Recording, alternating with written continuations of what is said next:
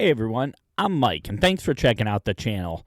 The other day we did a list of the top 5 metal bands that I thought were bands that were destined to hit the main stage of festivals. And they're bands that I think personally were my choices of bands that I really think have the ability to get to that top tier where they're headlining every festival. You know, there's bands that in certain countries, certain areas, they could headline, but when they come around to everywhere, there becomes those bands like someone like a Metallica that could just headline everywhere, or Slipknot, someone like that.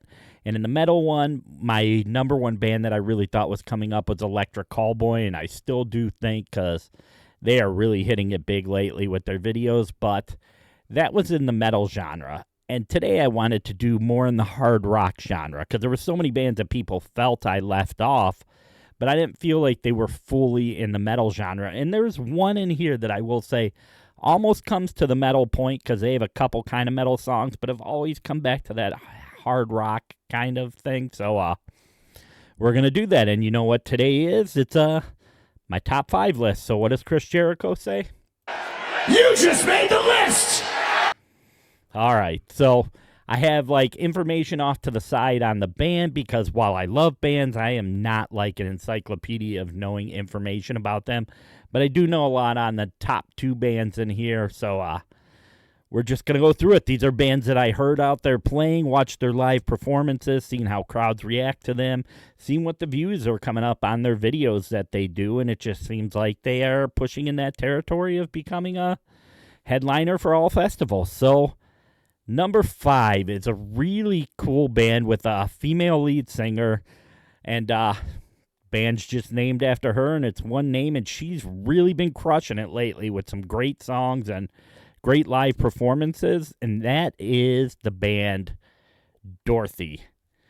Dorothy, let me see where they're from. They're from Los Angeles. It's Dorothy Martin is the lead singer, and it's like a mixture of like gritty kind of blues and rock, and her newest album that she has, the newest song, she has a song called Tombstone Town with Slash, and it's just a rocking kind of like song, like really like she pushes the boundaries of like her voice and ability of the band to almost be on that edge of like metal, but also can be on the edge of like rock and like kind of more like southern rock kind of thing. Not really southern rock, but the first song very much, which was called Flawless, that really had kind of a feel like that was really cool, like down home kind of fun kind of song that was not meant lyrically to be fun, but was really, really a fun song. And I see her doing a ton of great things lately. I've been watching some of the live performances, seeing how the videos are actually doing out there, and she is crushing it. She is doing it really well, and I love the stuff she's coming out. So, Dorothy, what does Chris Jericho say? You just made the list! All right, so Dorothy, you are number 5. And this list really isn't like a top 5. It's just kind of, I have to put 5 bands, and it's not really saying which one's 5, which one's 1.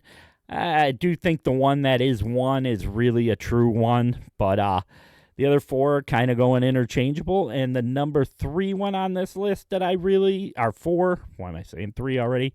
The number 4 one on this list is kind of almost in the genre of metal. Their last album has very mixture of metal and like kind of just poppy rock, like, and even some ballad type stuff on that, and that is the band Spirit Box. I really love this band. They've been coming up. They were on Hellfest this year and have been doing a lot of the festivals, and let me look a little bit on them. They are a modern metal rock band blending elements of metalcore, progressive metal, ambient soundscapes to create a uniquely emotional genre fluid experience. Through technical proficiency, the guitarist Mike Stringer, the dynamic vocal range of frontwoman Courtney LaPlante, and the fearless embrace of vulnerability and sonic experimentation. And they are definitely really, really cool. I say if you give them a chance and listen to them, yes, there is some metal stuff. They were just on Jimmy Kimmel, and we thought we were going to have another poppy incident because they do have some stuff that's full-on metal, But like I said, they do have some stuff that's really cool, just kind of rock stuff. So they have something for everybody in their sound. Really love this band. They have a brand new album out that's killer. I just did a video reviewing that whole entire album, talking about it. And I know Ronnie Radke bashed it, but that's because Ronnie Radke's being a dick. And could be on this list, could have been on the metal list, but I think that sometimes he gets in his own way with starting feuds with some bands that he just doesn't need to be feuding with. And there's sometimes he's right, like with the case of the band of the Crossfate from Japan, where he kicked them off the tour for the guitar player doing some inappropriate stuff. Feel like he was right on that, but he gets in too much drama, and I think that probably hurts the band a little bit. But my number 4 is the band Spirit Box. So let's close that out. And what did Spirit Box do? You just made the list! All right. Let's take Spirit Box down. And my number 3 band here hails from, like, they were all members attending Berklee College of Music. And the band consists of Jack Underkoffler, Jack Collins, Will Goodroad, and Dylan Brenner. And they're kind of like a punk, pop, rock kind of whole style that's in there that I really, really love to check out. And that band is Dead Poet Society. I've been looking what their videos have been doing and how they've really been on the climb. And they seem like they have a really good audience, really good following. I've seen them on some of the festival circuits, and I think they're not far away from headlining some big festivals with the way that their career seems to be on the path that it's going. Let me look at some of their stuff. Some of their songs that are popular are Coda, Into Deep, I Never Loved Myself Like I Loved You. I know they just did a song with a band that is number 1 on this list, so that might give away who's number 1 on this list, but definitely a killer band. I like everything I've heard, and just from watching how crowds are reacting to them, I feel like there's a good chance that they could be moving up the list into something, being a headliner on stages. So, like this band, like everything I've heard from them, and it seems like they are a future pushing up the ladder. And what did they do? You just made the list! All right, so that number 3 was Dead Poet Society. Now, number 2 kind of follows how I in the metal one. I also had a band from Japan. This is another band from Japan featuring 5 women in maid outfits. And let me get all the names out here. It's Sakai Miku, Kanami, Misa, and Akane. I'm terrible at pronouncing these, but I know Sakai's the singer, and I know Miku is the one that I am in love with because she is so amazingly beautiful and amazingly talented and such a punk rock kind of girl. It's pretty awesome. And Kanami is the lead guitarist, and she does insane solos. Kane's drumming is killer that I've heard on here. And Misa is the bass player, and that band that we are talking about at number 2, if you don't know by the names, you probably don't know them, and that is the band Bandmaid. The first time I heard this band was probably 9-10 years ago, and it was with a song called Real Existence. And they've just been moving up and up ever since. They've been doing a couple latest songs have been about like for anime shows and stuff like that, but they were just at Lollapalooza here in the United States like a year or 2 ago. Did a tour in the United States, playing some clubs, but bigger clubs. Has a real good following in Japan, and they are really kind of moving up the ladder, and I think they're a band with what they do and their catchy kind of amazing hooks and their songs. They have that Metallica it factor, which I mentioned in one of their last videos, where they write killer riffs for the song. The solos, the bass solos, everything are amazing, but the main riff that draws you into the song is usually really cool, really killer, really amazing. And I just think this band is one of those bands that is going to keep moving up there. They're going to, obviously, I think they will be headlining a lot in Japan, but I think that's eventually going to branch out. And I know it's harder because It's just kind of like if they're not doing full songs in English, sometimes it's harder to get the festivals over here because, I don't know, just in America, it's weird with how they do it, Other countries are accepting of, like, the American, like, vocals over there for doing it, but it's harder to get a headlining show in the United States on a festival. But I think they will break that kind of mystique that there is and kind of holding back of bands. I think they will break through that wall, and I think they will be a band that will be headlining shows, festivals at some point. Now, I will get, before I go to, hold on, let me see what they just did. Tell them, Chris Jericho. You just made the list! Some people had mentioned the band Baby Metal to me in the metal one, and then maybe they would mention them in the hard rock kind of like category, but I kind of feel like Baby Metal is sort of there already.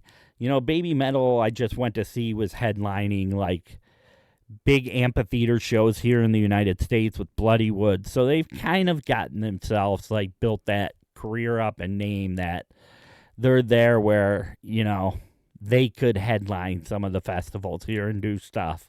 So that's why they didn't make either list. But number 2, Bandmate. This band's been crushing it, just been going all the way through, and they just keep getting better. So it's really, really cool. And the number 1 band, which should have, I don't even really need to bring up the essay on this one that's over here that does it, because it involves 3 sisters. Lead singer is Danny, drummer is Paulina, the bass player is Alejandra, and they are all sisters, and they are an incredible, incredible, incredible band, and they've been headlining a lot of big shows. In Mexico, they just played Hellfest. They were right before the headliner, so that definitely puts you in the category that you are right there. You are right there, and that band is this band right here, The Warning. Everything by this band is just good. They're so, so good. I love their new album. They have this song called Choke. There's Automatic Sun. Hell You Call a Dream. I love this song that's all like really back and sung in Spanish, but I love this song called Narcisista, which is incredible. All 3 of them can sing. They got cool, killer riffs, man. And they write absolutely amazing lyrics. This band is just so talented in everything they do. And they do headline big shows. They do have a big one from the Pepsi Center, and they've done some headlining huge shows in like Mexico. And they're going to be headlining festivals. Just a couple years ago, they were like the 3rd band where it was Hailstorm, Pretty Reckless, and The Warning. And I feel like The Warning is almost moving up to the top of that tier list on, if I was saying that bill now, they probably would have passed the Pretty Reckless, and maybe Hailstorm would be still the headliner in there. But The Warning has been getting a bunch of TV appearances. Their live shows are absolutely insanely killer, and it's cool to see them playing Hellfest with a lot of like metal bands and just winning over that crowd because they are so, so talented. Love this band. They're definitely headed for huge things. They're already big, but they're gonna push that whole genre and like be at the top of that. Like there was a point where if you went into pop music and you looked at Taylor Swift, there was a point where she was coming around and she was playing like even in the in Ohio here, she would play like Blossom, which is a nice big like venue. Something in, but she got to that point where she was playing Cleveland Brown Stadium.